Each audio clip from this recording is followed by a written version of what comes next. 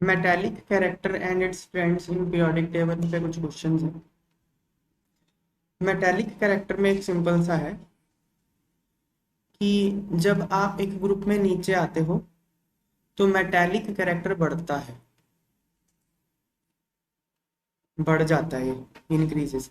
और जब आप एक पीरियड में लेफ्ट टू राइट जाते हो तो मेटेलिक कैरेक्टर कम हो जाता है। आप मेटेलिक कैरेक्टर को इलेक्ट्रॉन लूज करने की टेंडेंसी से रिलेट कर सकते हो, बिकॉज मेटल्स आर इलेक्ट्रोपॉजिटिव, वो आसानी से इलेक्ट्रॉन लूज करते हैं। और आप जानते हो कि जब आप एक ग्रुप में नीचे आते हो तो आउटर मोस्ट इलेक्ट्रॉन न्यूक्लियस से दूर होता रहता है, तो उसको लूज करना आसान है।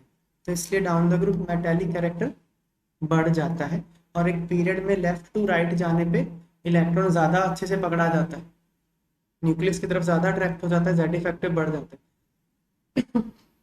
इसलिए इलेक्ट्रॉन को लूज करना मुश्किल है और मेटेलिक का कैरेक्टर कम हो जाता है। नॉन मेटेलिक कैरेक्टर इसका उल्टा है। Down the group non metallic character कम हो जाएगा और left to right across the period non metallic character बढ़ जाएगा। ठीक है। और एक जनरल बात आप याद रख सकते हो, इस तरफ जो पीरियोडिक टेबल में है वो लेफ्ट लेफ्ट साइड में पीरियोडिक टेबल में क्या क्या है, मेटल्स है। राइट साइड में क्या क्या है, नॉन मेटल्स है। इनफैक्ट पूरे पीरियोडिक टेबल में मेटल्स ही हैं, सिर्फ पी ब्लॉक में मिक्सचर है सबका। पी ब्लॉक में मेटल नॉन मेटल मेटल और सब कुछ है, पी ब्लॉक को छोड़ दो, एस डी और एफ सारे मेटल्स हैं। ठीक है, चलिए क्वेश्चंस करते हैं।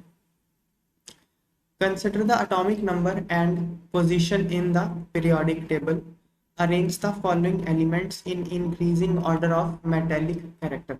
सिलिकॉन, बेरिलियम, मैग्नीशियम, सोडियम और फास्फोरस को increasing order of metallic character में आपको अरेंज करना है, बढ़ते हुए क्रम में।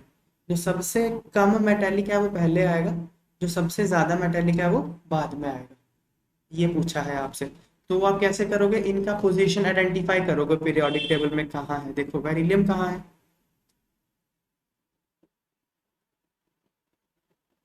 ये रहा बेरिलियम, है ना। ये है फर्स्ट पीरियड, ये है सेकंड पीरियड, ये है फर्स्ट ग्रुप, ये है सेकंड ग्रुप।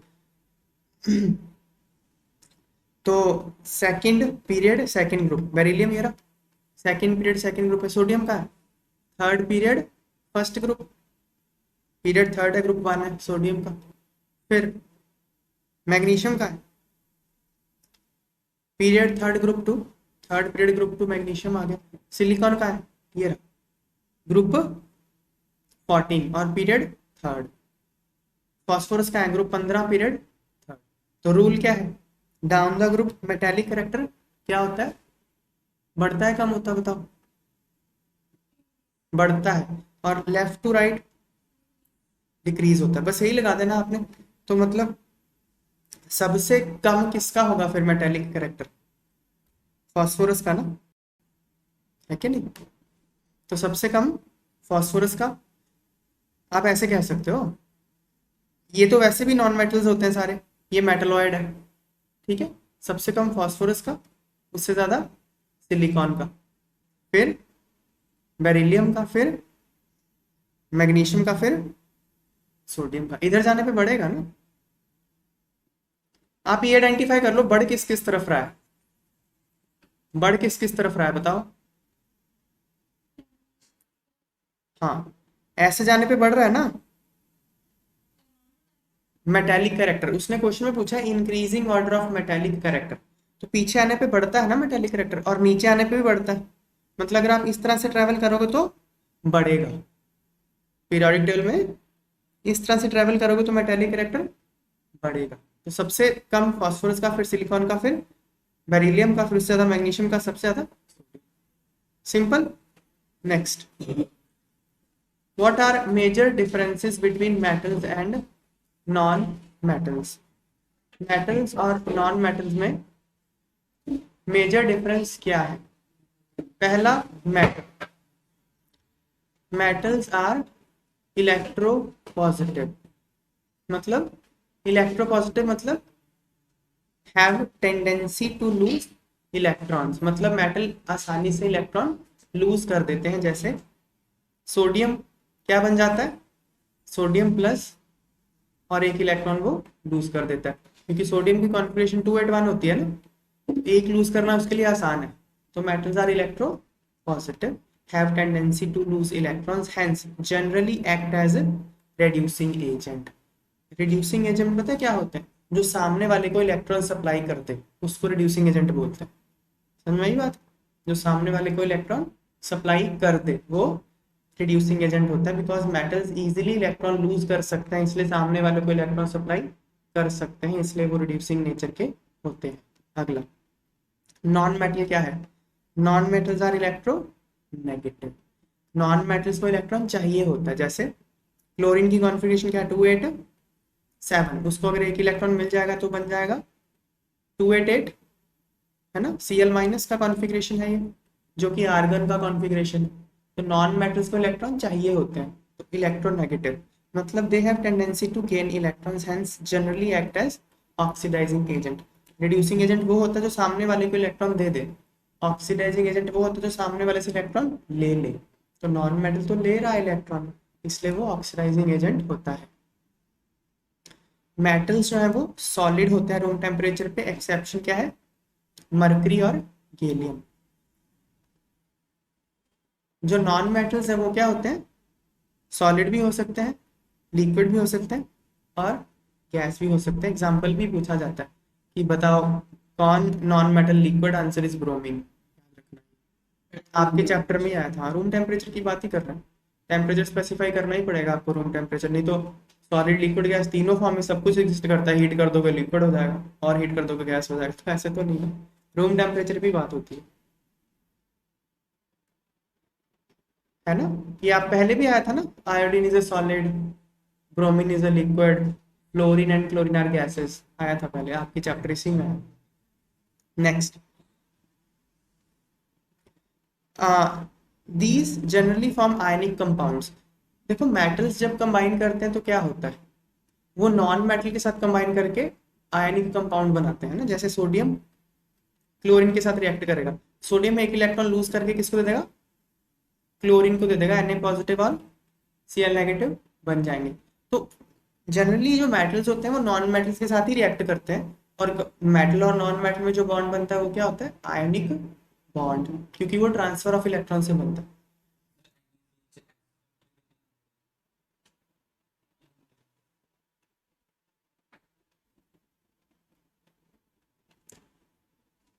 जो नॉन मेटल्स होते हैं वो दोनों तरह के कंपाउंड बनाते हैं। अगर नॉन मेटल मेटल के साथ रिएक्ट करेगा तो वो आयनिक कंपाउंड बनाएंगे, लेकिन नॉन मेटल्स आपस में भी रिएक्ट कर सकते हैं। आपस में रिएक्ट करते हैं तो कोवेलेंट कंपाउंड्स बनाते हैं। कोवेलेंट कंपाउंड कौन से होते हैं? जिसमें इलेक्ट्रॉन शेयर होता है। फॉर एग्जांपल क्लोरीन के पास कितने इलेक्ट्रॉन होते हैं आउटर मोस्ट में? 7, है ना? तो उसको एक इलेक्ट्रॉन और चाहिए ना अपना ऑक्टेट पूरा करने के लिए, तो वो बगल वाले क्लोरीन के पास जाता है कि भाई तू करेगा मेरे साथ, डील करेगा? वो बोलता है मुझे भी एक चाहिए, तो तू दे दे मुझे एक। वो बोलेगा नहीं मुझे भी चाहिए, दोनों को चाहिए, तो फिर क्या करेंगे? शेयर करेंगे। वो बोलेगा ठीक है तू मेरा यूज कर ले, मैं तेरा यूज करूंगा, तो क्या हो जाएगा? ये बीच के इलेक्ट्रॉन दोनों लोग मिलके शेयर करेंगे। ऐसे ही होगा ना? जो बीच के दो बिंदे बनाए मैंने, इसमें से एक इलेक्ट्रॉन इस क्लोरीन ने कंट्रीब्यूट किया, दूसरा इलेक्ट्रॉन इस क्लोरीन ने कंट्रीब्यूट किया, लेकिन यूज उसको दोनों कर रहे हैं। इसको बोलते हैं शेयरिंग ऑफ इलेक्ट्रॉन, से कोवलेंट बॉन्ड बनता है। तो नॉन मेटल, क्योंकि नॉन मेटल सबको इलेक्ट्रॉन चाहिए, तो फिर शेयरिंग से वो अपना घर चला लेते हैं। तो non metal generally covalent compounds बनाते हैं, आयनिक भी बना सकते हैं। आयनिक जब कोई उनको देनदार मिल जाए, मेटल मिल जाए। These have low ionization enthalpies। Metal की आयोनाइजेशन इंथैल्पी लो होती है क्योंकि उनसे इलेक्ट्रॉन निकालना आसान है। इनकी आयोनाइजेशन इंथैल्पी हाई होती है क्योंकि उनको तो इलेक्ट्रॉन चाहिए, वो देंगे थोड़ी आपको, तो वहां से निकालने में ज्यादा एनर्जी लगेगी। दे हैव लस्टर, मतलब शाइन करते हैं, ठीक है ना? They reflect light from polished और freshly cut surface. They do not have lustre, ये लाइट को रिफ्लेक्ट नहीं करते, उन पे पड़ती है तो उसको शाइन नहीं करते ये। एक्सेप्शन डायमंड और आयोडीन करते हैं शाइन। इनकी डेंसिटी हाई होती है मेटल्स की, नॉन मेटल्स की लो होती है generally. Metals good conductors of heat and electricity, non metals usually bad conductors होते हैं, ठीक है ना? नॉर्मली बैंड कंडक्टर होते हैं हीट और इलेक्ट्रिसिटी के, लेकिन ग्रेफाइट किसको कंडक्ट करता है? इलेक्ट्रिसिटी को। हीट को भी करता है, ग्रेफाइट हीट और इलेक्ट्रिसिटी दोनों को कंडक्ट करेगा। डायमंड हीट को कंडक्ट करता है, इलेक्ट्रिसिटी को नहीं करता, ध्यान रखना है बात। डायमंड बहुत अच्छा कंडक्टर है हीट का, लेकिन इलेक्ट्रिसिटी का नहीं है। Okay, these are malleable and ductile. Malleable का मतलब होता है can be beaten into sheets, तो बीट के शीट बना सकते हो। डक्टाइल का मतलब can be drawn into wires, तार बना सकते हो। ये ना तो मेलेबल होते हैं ना डक्टाइल होते हैं।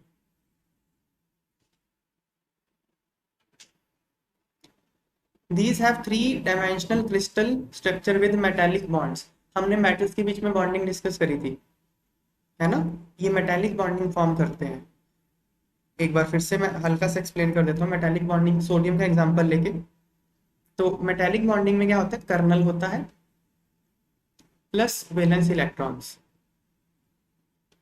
कर्नल होता है मेटल में से आउटर मोस्ट इलेक्ट्रॉन हटा दीजिए, जो बच गया पॉजिटिवली चार्ज पार्टिकल, उसको कर्नल बोलते हैं। सोडियम के केस में आउटर मोस्ट इलेक्ट्रॉन एक ही होता है, तो कर्नल मीन्स Na+। तो Na+, का एक क्या होगा? लैटिस होगा। Positive charge in this case stands for Na+। अगर वो मैग्नीशियम होता तो Mg2+ हो जाता कर्नल, एल्यूमिनियम होता तो Al3+ हो जाता कर्नल। आउटर मोस्ट इलेक्ट्रॉन्स को हटा दीजिए, जो बच गया। एक लूजली बाउंड इलेक्ट्रॉन है सबका ये,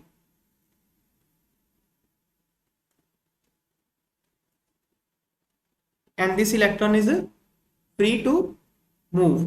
ये डीलोकलाइज्ड इलेक्ट्रॉन, सब जगह मूव ये कर सकते हैं इलेक्ट्रॉन। ये पूरा यहाँ इनका पूरा वॉल्यूम इन्हीं का है, ये सब जगह मूव ये कर सकते हैं। तो this acts like a glue, गूंद की तरह काम करता है इन दो पॉजिटिव चार्ज के बीच में, है ना? तो ये मेटालिक बॉन्डिंग होती है। तो मेटल्स मेटालिक बॉन्ड्स फॉर्म करते हैं, इलेक्ट्रॉन सी मॉडल बोलते हैं इसको। These have different types of structures. इनकी स्ट्रक्चर डिफरेंट डिफरेंट होती है। कोवलेंट और वॉन्डरवॉल बॉन्ड्स इनमें होते हैं, ठीक है ना? जैसे आपने डायमंड की स्ट्रक्चर पढ़ी होगी, ग्रेफाइट की स्ट्रक्चर पढ़ी होगी। ग्रेफाइट में क्या होता है? होती है ना hexagonal structure, layered structure. Diamond की giant 3 dimensional structure, 10th class में पढ़ के आया ना? फुलरीन होती है, फिर बकी बॉल्स होते हैं, तो वो होते हैं कोवलेंट बॉन्ड्स होते हैं उसमें। वॉन्डरवॉल बॉन्ड्स क्या होते हैं? दो नॉन पोलर बॉन्ड्स के बीच में वॉन्डरवॉल फोर्सेज होती हैं। नेक्स्ट चैप्टर में इसको पढ़ेंगे, केमिकल बॉन्डिंग, इन सारी फोर्सेस को स्टेट्स ऑफ मैटर में पढ़ेंगे।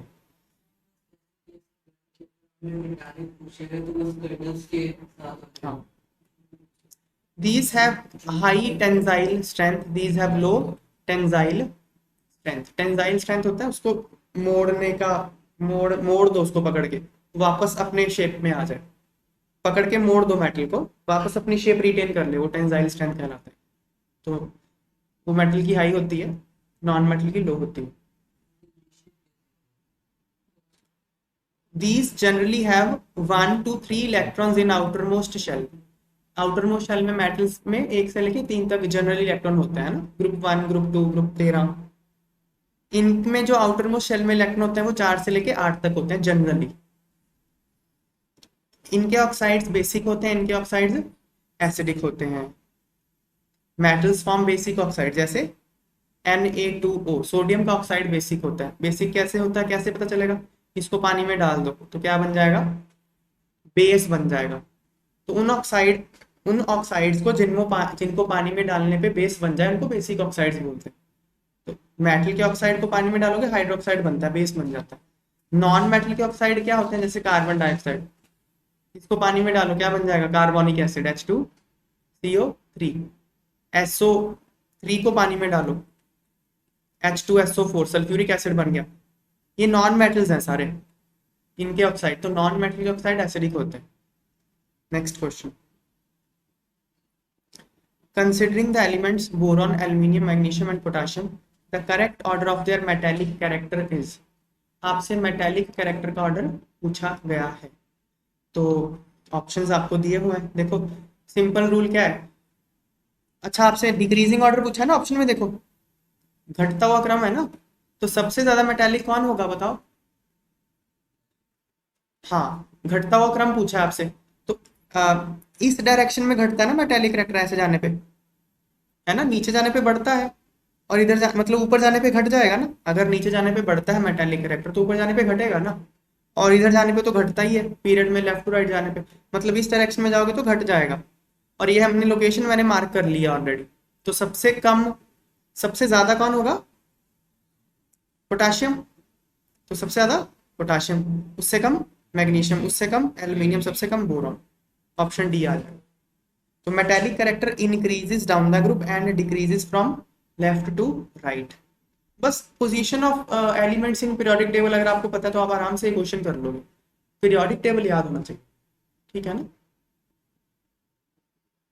नेक्स्ट, ये आपको एलिमेंट्स दिए हैं boron, carbon, nitrogen, fluorine, silicon. इनको नॉन मेटालिक कैरेक्टर के ऑर्डर में अरेंज करना है। डिक्रीजिंग ऑर्डर, देखो क्या पूछा उसने, decreasing order of non metallic character. तो decreasing order of non metallic character क्या होगा, यही होगा ना, इस डायरेक्शन में है क्या, नहीं बताओ मुझे। डिक्रीजिंग लिखा नहीं है ऑप्शन में, देखो डिक्रीजिंग ऑप्शंस दिए हुए हैं। उसने बोला कि इनको अरेंज करिए नॉन मेटालिक कैरेक्टर के ऑर्डर में, और ऑप्शन देखो सारे डिक्रीजिंग ऑर्डर में दिए है ना। ऑब्जेक्टिव क्वेश्चन है, टिक करना है आपको। तो इधर ही घटता है ना, देखो जब आप इधर से इधर जाते हो तो नॉन मेटालिक कैरेक्टर क्या होता है, डिक्रीज नहीं होता। और नीचे जाने पे नॉन मेटालिक कैरेक्टर क्या होता है, डिक्रीज नहीं होता, क्योंकि मेटालिक कैरेक्टर बढ़ता है। तो non metallic character decreases down the group decrease करता है, and increases from left to right. Left to right जाने पे इंक्रीज करता है, मतलब राइट टू लेफ्ट जाने पे डिक्रीज करेगा, मतलब इस डायरेक्शन में वो डिक्रीज करेगा। तो सबसे ज्यादा कौन हो गया, फ्लोरीन। फ्लोरीन, उसके बाद नाइट्रोजन, नाइट्रोजन, उसके बाद कार्बन, कार्बन, उसके बाद सिलिकॉन, नहीं सॉरी, कार्बन के बाद फिर इधर इधर जाने पे बोरॉन आएगा, बोरॉन फिर सिलिकॉन। अब देखो पता क्या, यहाँ कंफ्यूजन हो सकती है, भाई कार्बन के बाद सिलिकॉन लगाए या बोरॉन लगाए। यहाँ मेमोरी आपको, मेमोरी से करना पड़ेगा ये क्वेश्चन। बोरॉन एक नॉन मेटल होता है, सिलिकॉन एक मेटलॉइड होता है, ये बात आपको पता होनी चाहिए। सिर्फ ट्रेंड पे के बेस पे आप नहीं कर सकते। कार्बन तक तो आ गए, अब ये नीचे जा रहे हैं इधर जा रहे हैं, दोनों डायरेक्शन में कम हो रहा है, किस डायरेक्शन में ज्यादा कम हुआ क्या पता। समझ में आ रही बात है। तो ये बोरो नॉन मेटल होता है, याद कर लीजिए, और सिलिकॉन एक मेटलॉइड है। तो नॉन मेटल, मेटलॉइड में तो मेटालिक कैरेक्टर और नॉन मेटालिक कैरेक्टर दोनों होते हैं, तो नॉन मेटल तो सिर्फ ही नॉन मेटल है, इसलिए boron has more non metallic character, silicon में कम। तो ऑप्शन सी आंसर आ जाएगा।